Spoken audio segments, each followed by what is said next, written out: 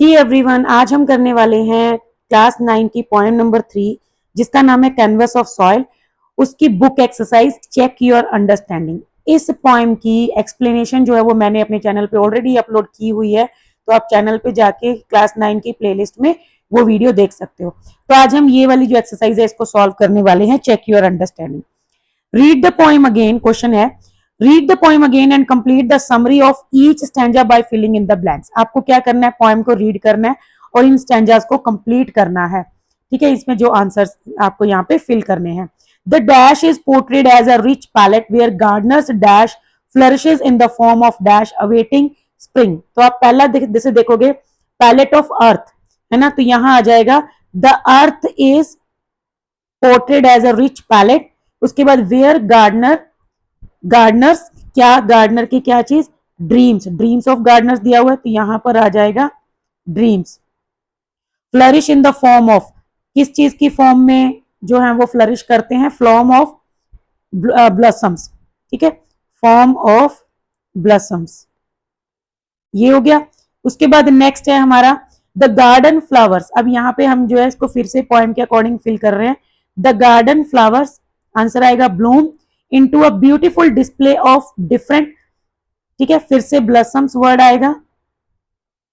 Resembling a dash by mother nature, किस चीज को रिजेंबल कर रहा है, रिजेंबलिंग अ पेंटिंग। ठीक है, मैं अभी आपको दिखा भी देती हूँ पोएम में।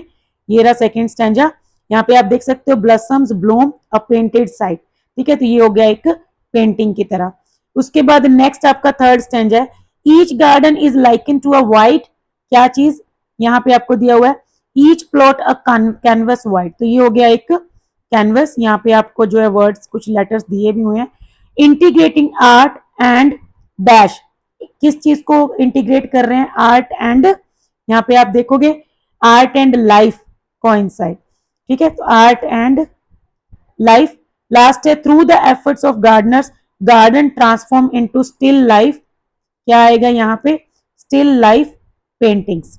ठीक है, लास्ट लाइन में आपको वर्ड मिल जाएगा पेंटिंग स्टिल, तो ये आ गया स्टिल लाइफ पेंटिंग। ठीक है, पेंटिंग्स। नेक्स्ट क्वेश्चन है हमारे पास select the appropriate title for each stanza. अब हमें क्या करना है, तीनों स्टैंजास को अच्छे से रीड करना है और इनके अकॉर्डिंग जो है टाइटल बताने हैं। ठीक है, टाइटल चूज करने हैं और दो टाइटल जो है वो एक्स्ट्रा दिए हुए हैं।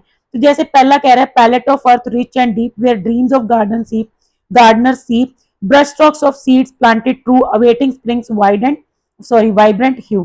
तो यहाँ पर जो टाइटल सूटेबल टाइटल है that is earth and possibilities. उसके बाद फिर देखेंगे आप, तो इसमें यहाँ पे नेचर की वर्क ऑफ आर्ट की बात कर रहा है ना, painted side, dancing in the morning light, shades of green, ऐसे करके नेचर्स आर्ट वर्क। तो इसका सिंपल आपको दिया हुआ है nature's work of art. Last में आता है each plot canvas wide where art and life coincide.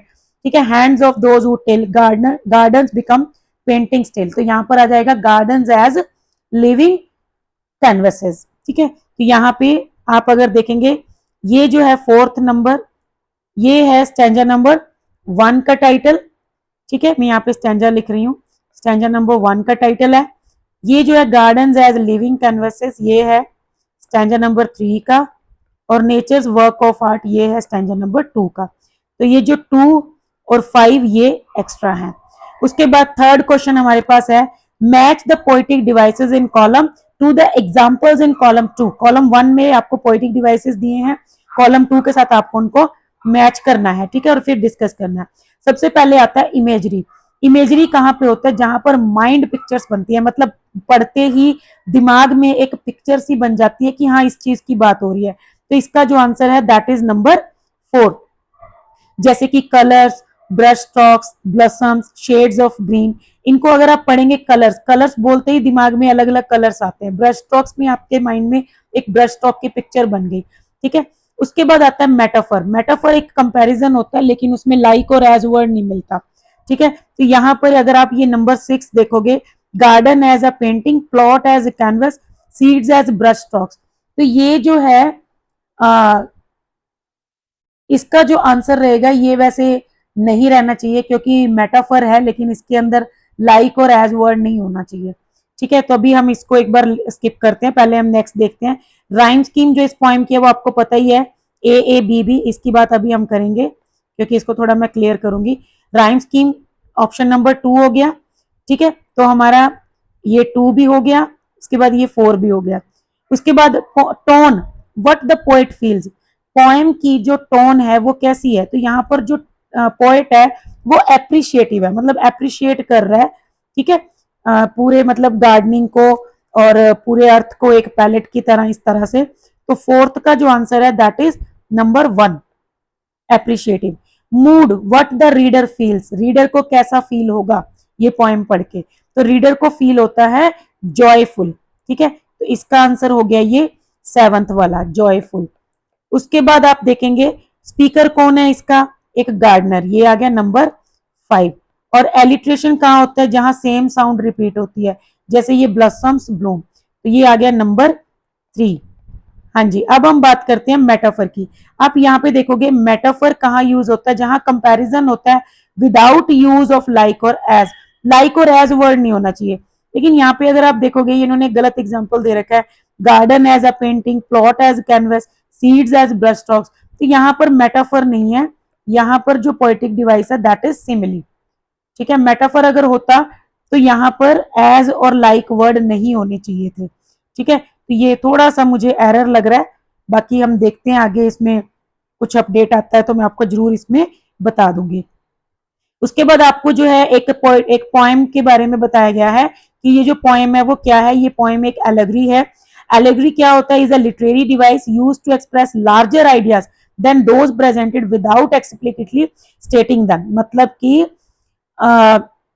एक ऐसा लिटरेरी डिवाइस होता है जहां पर जो बोला गया है ना, जो बताया गया पोएम के अंदर, उससे कहीं ज्यादा लार्ज और डीप मीनिंग होता है।